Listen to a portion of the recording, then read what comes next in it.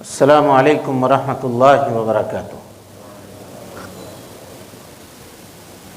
الحمد للہ رب العالمین والعاقبۃ للمتقین وأصلی وأسلم علی المبعوث رحمۃ للعالمین۔ اللہم لا علم الا ما علمتنا وزدنا علما یا کریم۔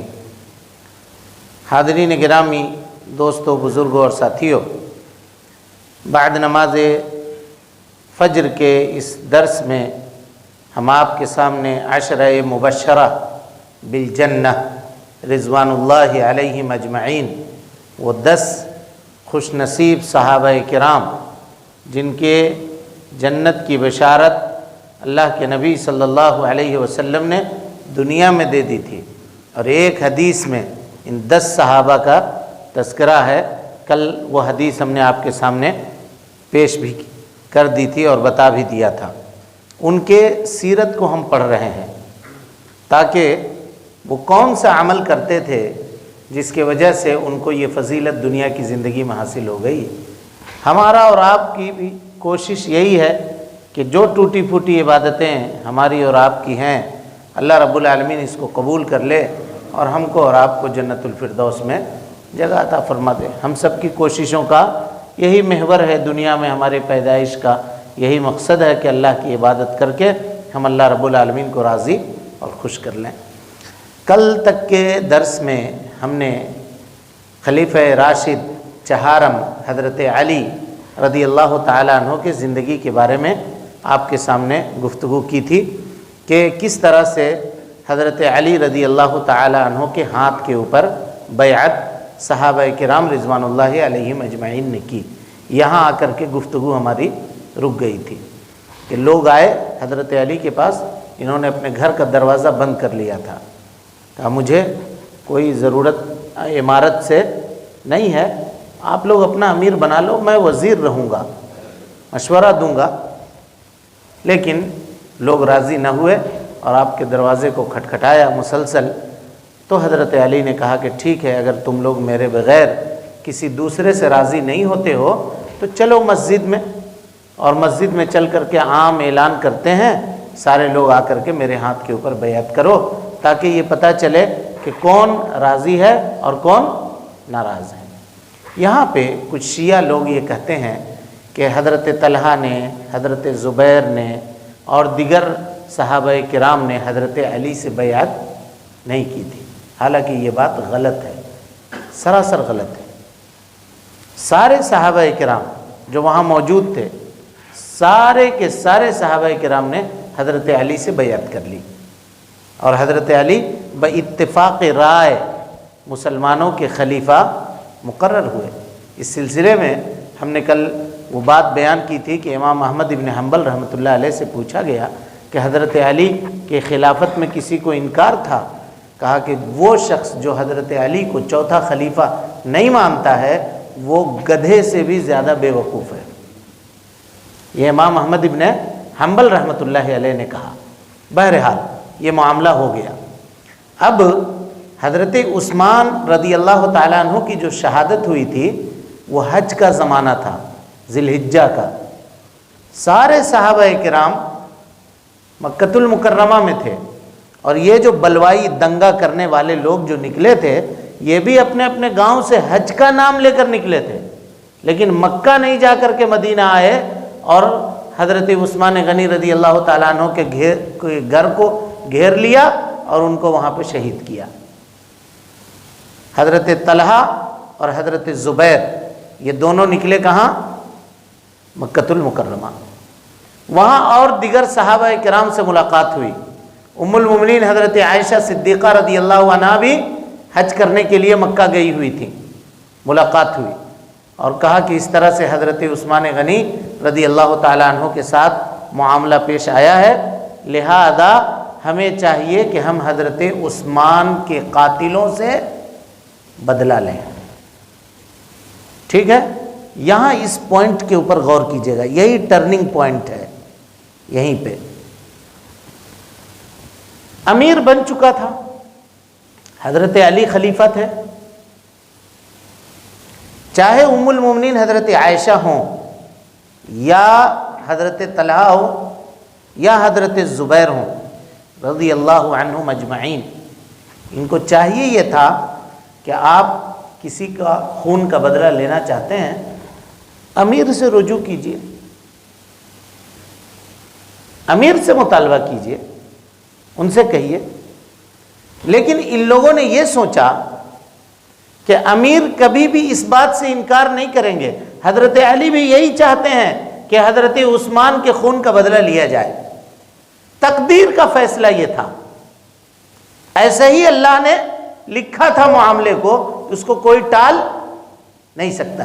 لیکن یہ بات ہے پکڑ کی، مواخذے کی، کہ ان کو جو بھی معاملہ تھا اپنے خلیفہ سے جا کر کے رجوع کرنا چاہیے تھا، وہاں پہ شکایت درج کرنی تھی۔ یہاں ایک اور بات کو سمجھیے، کچھ لوگ کہتے ہیں، خاص کر کے شیعہ حضرات، وہ یہ کہتے ہیں کہ حضرت علی کی دشمنی میں نعوذ باللہ من ذالک ام المومنین حضرت عائشہ صدیقہ رضی اللہ عنہا اور حضرت طلحہ رضی اللہ عنہ اور حضرت زبیر رضی اللہ عنہ نکلے حضرت علی سے دشمنی میں۔ حضرت علی سے اگر دشمنی میں یہ لوگ نکلتے بغاوت کرتے ہوئے تو ان کو کہاں جانا تھا؟ کہاں جاتے؟ بولیے، مکہ سے کہاں جاتے؟ مدینہ جاتے، کیونکہ حضرت علی کہاں تھے؟ مدینہ میں تھے۔ ہم کو بغاوت اگر آپ سے کرنی ہے، آپ وجے واڑہ میں رہتے ہیں، میں حیدرآباد جا کے کیا کروں گا؟ کچھ کروں گا؟ نہیں۔ یہ لوگ کہاں نکلے؟ مکہ سے نکل کر کے سیدھا عراق پہنچے۔ عراق، کیونکہ بصرہ، کوفہ اور مصر، یہی تین جگہ کے لوگ تھے جو حضرت عثمان رضی اللہ تعالیٰ عنہ کے قتل کرنے میں شامل تھے۔ حضرت علی سے کوئی معاملہ نہیں تھا، یہ لوگ صرف یہ چاہتے تھے کہ جن لوگوں نے ہمارے خلیفہ کو قتل کیا ہے، ہم ان سے ہمارے خلیفہ کا خون کا بدلہ لیں گے۔ اور یہ چھوٹی بات نہیں تھی، بہت بڑی بات تھی۔ کل میں نے آپ کو بتایا تھا کہ مسلمان فوج سرحد پہ سرحد فتح کر رہی ہے، پوری دنیا میں اسلامی پرچم کا جھنڈا لہرا رہی ہے، اور ان کا جو خلیفہ ہے وہ 40 دنوں تک دارالخلافت کے اندر، راجدھانی کے اندر گھیر کر کے مار دیا جاتا ہے۔ اتنے بڑے فوج کا مالک حضرت عثمان غنی رضی اللہ تعالیٰ عنہ، کیسا فتنہ تھا! آپ اس فتنے کا اندازہ، اس کی سنگینی کا اندازہ لگائیے۔ لہذا یہ لوگ پہنچے کہاں؟ نکل کر کے عراق پہنچے۔ عراق مطلوب نہیں تھا، عراق ہو کر کے یہ لوگ عراق کی ایک جگہ تھی بصرہ جانا چاہتے تھے۔ لیکن بصرہ میں حضرت علی رضی اللہ تعالیٰ عنہ نے خلیفہ بننے کے بعد بصرہ کے جو گورنر تھے ان کو ہٹا کر کے عثمان ابن حنیف کو بصرہ کا گورنر بنا دیا تھا۔ جب انہوں نے دیکھا کہ ام المومنین حضرت عائشہ ہیں، حضرت زبیر ہیں، حضرت طلحہ رضی اللہ تعالیٰ عنہ ہیں، تو انہوں نے روکا، کہاں ادھر آپ لوگ، کیا معاملہ ہے؟ کہا کہ دیکھو، تم سے ہمارا کوئی مطلب نہیں ہے، ہم چاہتے ہیں جن لوگوں نے حضرت عثمان کو قتل کیا ہے ہم ان کو ماریں گے، یہی ہمارا معاملہ ہے۔ خلیفہ مسلمین موجود ہے، کہ خلیفہ ہمارے اس بات سے انکار نہیں کریں گے۔ یہ کہہ کر کے بصرہ میں ان لوگوں نے جنگ چھیڑ دی۔ یہ 6000 لوگ تھے تقریباً، اور کچھ لوگوں نے کہا کہ 5000 لوگ تھے، مکہ سے نکلے تھے، جس میں ام المومنین بھی ساتھ میں تھی۔ اس کو کہتے ہیں جنگ جمل صغریٰ۔ اس میں مسلمانوں نے، یعنی دونوں مسلمانوں کا گروہ تھا، ایک باغی تھا اور ایک صحابہ کرام رضوان اللہ علیہم اجمعین تھے۔ جنگ ہوئی، حضرت طلحہ اور حضرت ام المومنین حضرت عائشہ صدیقہ رضی اللہ تعالیٰ عنہ کا جو گروپ تھا جیت گیا، مار کر کے باغیوں کو وہاں پہ ٹھکانے لگا دیا گیا۔ اب اس کے بعد ان لوگوں نے دیگر اور قبائل کو جمع کرنا شروع کیا اور ایک فوج کی شکل اختیار کر لی معاملہ۔ اسی وقت ٹھیک حضرت عثمان ابن حنیف جو گورنر تھے بصرہ کے، انہوں نے حضرت علی کو خط لکھا کہ دیکھیے اس طرح سے یہ لوگ یہاں پہ آئے ہیں اور آنے کے بعد لا اینڈ آرڈر کو خراب کر رہے ہیں، لڑائی ہوئی ہے، لڑائی میں جیت گئے ہیں اور بہت سارے لوگوں کو یہ لوگ اکٹھا کر کے جمع کر رہے ہیں۔ ایسی صورت میں جب حضرت علی رضی اللہ تعالیٰ عنہ نے اس بات کو سنا تو سننے کے بعد آپ نے مدینہ منورہ میں فوج تیار کی، اور تیار کرنے کے بعد آپ بھی نکل گئے کہاں؟ عراق کی طرف، مدینہ سے عراق نکل گئے۔ عراق پہنچنے کے بعد دو لوگوں کو تیار کیا، ایک حضرت مقداد ابن اسود کو اور دوسرا حضرت قعقاع ابن عمر کو رضی اللہ عنہ۔ کہا آپ لوگ جائیے اور حضرت طلحہ اور حضرت زبیر سے بات کیجیے۔ یہی دونوں کمانڈر تھے جو گروپ مکہ سے آیا تھا اس کا۔ اور یہ واقعہ سب کب ہو رہا ہے؟ سن 36 ہجری کا واقعہ ہے یہ پورا واقعہ۔ وہ لوگ گئے، جانے کے بعد بات چیت کی، کس سے؟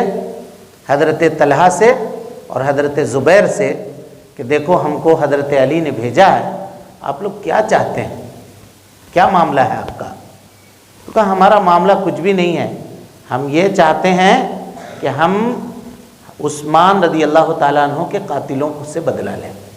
کہا ٹھیک ہے، حضرت علی بھی یہی چاہتے ہیں، لیکن تھوڑا مضبوط تو ہو جانے دو، ہم کو سلطنت ابھی ہم سنبھالے ہیں، کرسی ذرا مضبوط کر لینے دو، اس کے بعد ہم معاملہ کریں گے۔ حضرت طلحہ نے اور حضرت زبیر نے اس بات کو قبول کر لیا، مان لیا، کہا ٹھیک آپ بالکل صحیح کہہ رہے ہیں، ہم کو اس وقت یہ کام نہیں کرنا چاہیے۔ حضرت علی اگر یہ کہہ رہے ہیں کہ اس وقت نہیں، تھوڑا سا مجھے مہلت دو، تو ان کو مہلت دینی چاہیے۔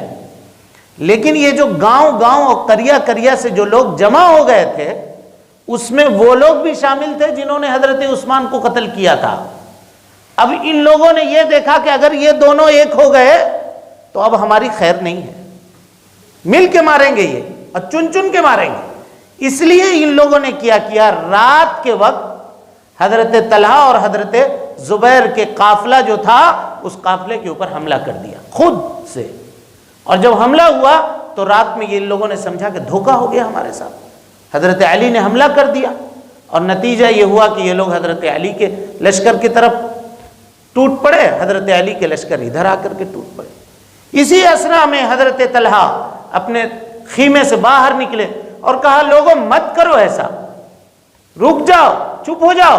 لیکن معاملہ جب سردار کے ہاتھ سے نکل کر کے بھیڑ کے حوالے ہو جاتا ہے تو پھر بھیڑ کسی کے کنٹرول میں نہیں رہتی ہے، مار کا چلنے لگا۔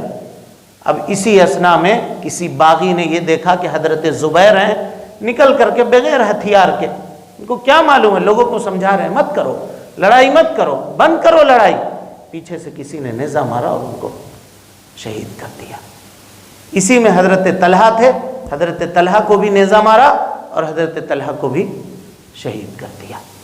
اور پھر ام المومنین حضرت عائشہ صدیقہ رضی اللہ عنہا جو تھی وہ نکلتی ہیں اور وہ کہتی ہیں یہ کیا کر رہے ہو لڑائی، ہم لوگوں نے لڑائی بند کرنے کا فیصلہ کیا ہے، آپس میں مت لڑو، جھگڑا مت کرو۔ کوئی ایک باغی آ کر کے ان کے اونٹ کو نیزہ مارا، اونٹ تڑپ کر کے زمین پر گر گیا۔ ام المومنین حضرت عائشہ جو ہودج کے اوپر بیٹھی ہوئی تھی، ان کا ہودج، ان کی جو ڈولی تھی جو اونٹ کی پیٹھ کے اوپر باندھا جاتا ہے، وہ ڈولی نیچے گر پڑی۔ یہ حالت ہو۔ اب جیسے ام المومنین کی اونٹنی گری، یہ لوگ لڑائی سے رک گئے، لڑائی سے رک گئے۔ اسی اسنا میں ام المومنین کے بھائی تھے محمد بن ابی بکر، یہ حضرت علی رضی اللہ تعالیٰ عنہ کے ساتھ تھے۔ انہوں نے یہ سوچا کہ کہیں میری بہن کو کوئی نقصان نہ پہنچا دے۔ ام المومنین حضرت عائشہ ہیں، ہودج کے قریب گئے اور ہاتھ داخل کیا ہودج میں، تو ام المومنین نے کہا احرق اللہ یدک، نکالو ہاتھ، کون ہو ہمارے ہودج میں ہاتھ ڈالتے ہو، تم جانتے ہو میں کون ہوں، اللہ تعالیٰ تمہارے ہاتھ کو جلا دے۔ اس کے بعد انہوں نے سر داخل کیا، کہا یا اختہ، اے میری بہن، فی الدنیا قبل الآخرہ، ایسی بد دعا کرتی ہیں آپ ہاتھ جلا دینے کی۔ اور فعلاً معاملہ ایسے ہی ہوا کہ ان کی جو وفات ہوئی حضرت عبد الرحمن ابن ابی بکر کی، وہ آگ سے جلنے کی وجہ سے ہوئی۔ یہ واقعات، یہ معاملات، یہ حادثات کس طرح سے ہیں کہ یہاں قدم قدم پہ آدمی کو سوچ سمجھ کر کے بات کرنی ہے۔ ذرا سی بھی بات اگر ادھر سے ادھر ہوئی تو آدمی کا ایمان نکل گیا۔ یہ صحابہ کرام رضوان اللہ علیہم اجمعین کے تعلق سے گفتگو ہے۔ اس کے بعد حضرت علی میدان جنگ میں آئے، دیکھا کہ حضرت طلحہ شہید پڑے ہوئے ہیں، ان کے لاش کے پاس بیٹھ گئے اور کہا کہ اے طلحہ، کیا یہ دن بھی دیکھنا تھا؟ وہ کیسے دن تھے؟ آپ بھی ابتدا میں اسلام لانے والے، اور حضرت طلحہ کون ہے؟ اللہ اکبر۔ شروع میں حضرت ابو بکر صدیق رضی اللہ تعالیٰ عنہ کے تبلیغ سے جو صحابہ مسلمان ہوئے 6 لوگ، ان میں سے یہ حضرت طلحہ ہے۔ وہ 10 لوگ جن کو جنت کی بشارت دی گئی، ان میں سے ایک حضرت طلحہ رضی اللہ تعالیٰ عنہ ہے۔ غور کیجئے، شروع میں اسلام لانے والے جو 7 لوگ ہیں، ان میں سے ایک نام حضرت طلحہ رضی اللہ تعالیٰ عنہ کا ہے۔ چھوٹے موٹے لوگ نہیں ہیں۔ حضرت علی ان کے لاش کے پاس بیٹھ گئے اور رونے لگے اور کہا یا لیتنی مت قبل 20 سنہ، کاش کہ آج کے اس دن کو دیکھنے سے پہلے 20 سال پہلے میں مر گیا ہوتا، تاکہ یہ دن مجھ کو نہ دیکھنا پڑتا کہ تم آج میرے سامنے گرے ہوئے ہو۔ تم ہی نہ تھے اور ہم ہی نہ تھے جو دونوں اللہ کے نبی صلی اللہ علیہ وسلم کے ساتھ کافروں سے جنگ کیا کرتے تھے۔ آج یہ دن بھی دیکھنا پڑا کہ ہم لوگ آپس میں ایک دوسرے کے خون کے پیاسے ہو گئے۔ اور اس کے بعد جب وہ پلٹتے ہیں تو دیکھتے ہیں کہ حضرت زبیر زمین پہ گرے ہوئے ہیں، تو کہا اللہ اکبر، اللہ اکبر، ان کو کس نے مارا؟ ان کو کس نے مارا؟ تو جموع نام کا ایک آدمی تھا، کہا بلا اس کو، کہا تم نے مارا ہے؟ میں نے اللہ کے نبی صلی اللہ علیہ وسلم سے سنا ہے کہ بشر ابن اسماء بالنار، قاتل ابن اسماء بالنار، اسماء کے بیٹے کو مارنے والے کو اے علی تم جہنم کی خوشخبری اس دنیا میں سنا دینا۔ کیا کر دیا تم نے؟ کس کو مارا؟ یہ معاملہ ان کے دل اگر مان لیجئے، یہ جو آج دشمنی قوالی گا کر کے لوگ بتاتے ہیں فلاں اس کے دشمن تھے، فلاں اس کے دشمن تھے، نظریات کا اختلاف ہونے کے باوجود دل کتنے ملے ہوئے تھے ان کا، آپ یہ دیکھیے۔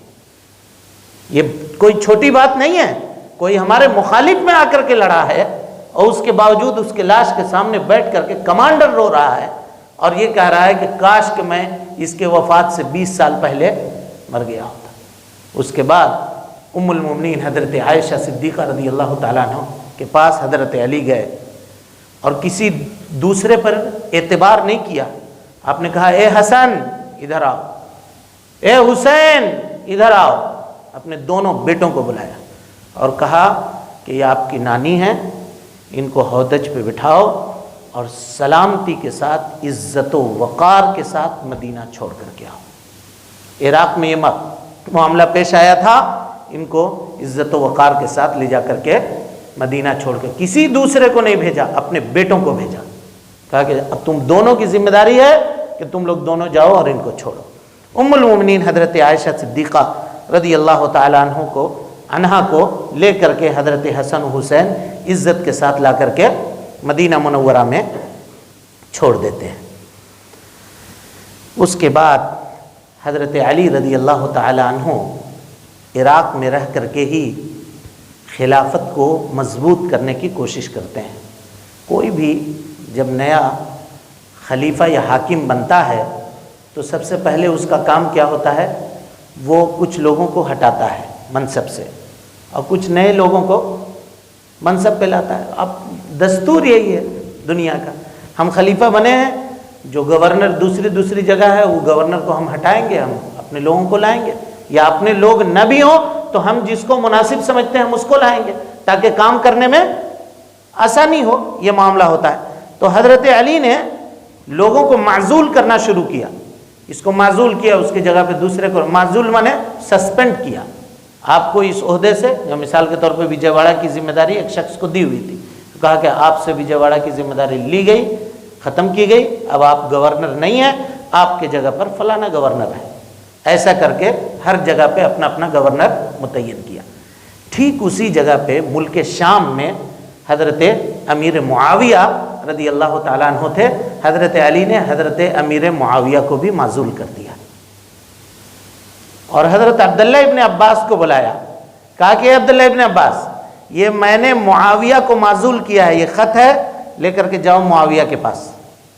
حضرت عبداللہ ابن عباس نے کہا کہ اے علی، میرا ایک مشورہ ہے، یہ کام ابھی مت کیجیے، یہ معاویہ والا جو معاملہ ہے اس کو ابھی مت کیجیے، آپ رک جائیے، معاویہ سے پہلے بیعت کروا لیتے ہیں، کیونکہ بیعت مدینے میں ہوئی تھی اور حضرت معاویہ ملک شام میں تھے، وہ بیعت میں شریک نہیں ہوئے تھے۔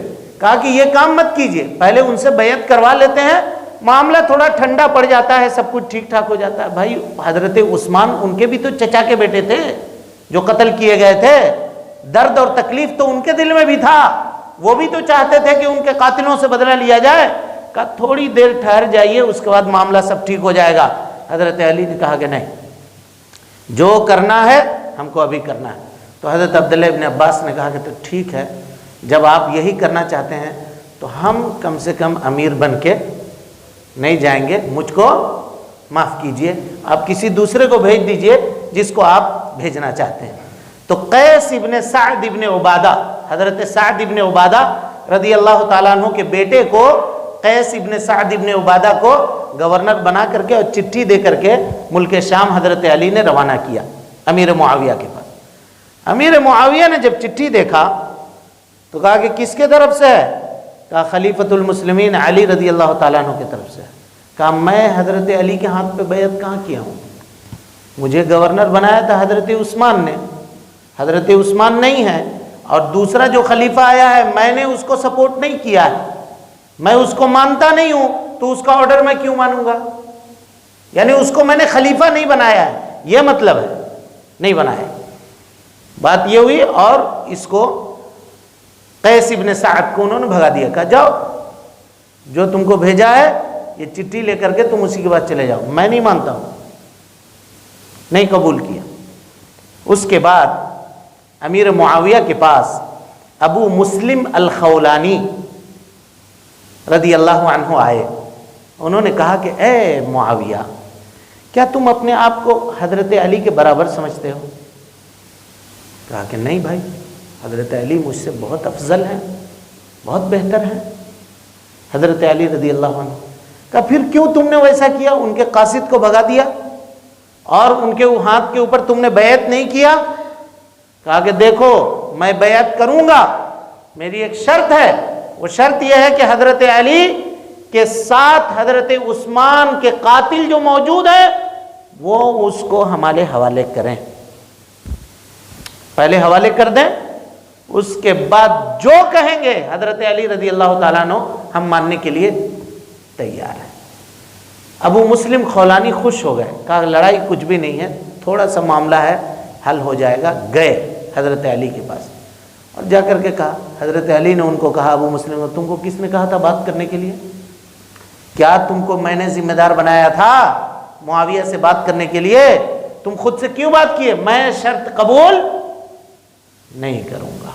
اب جب شرط قبول کرنے سے منع کر دیا حضرت علی رضی اللہ تعالیٰ عنہ نے، اور حضرت علی کے اصرار کرنے کے باوجود بھی معاویہ رضی اللہ تعالیٰ عنہ نے بیعت کرنے سے انکار کر دیا، تو حضرت علی نے لشکر تیار کیا، 1,40,000 فوج تیار ہوئی، کس سے مقابلہ کرنے کے لیے؟ حضرت معاویہ رضی اللہ تعالیٰ عنہ سے مقابلہ کرنے۔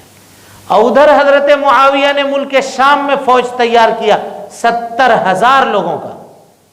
اللہ اکبر! یہ دیکھیے کس طرح سے فتنوں کا ظہور ہوا اور کیسے امت مسلمہ کے اندر یہ فتنے رونما ہوئے جو اللہ کے نبی صلی اللہ علیہ وسلم نے پیشین گوئی کی تھی۔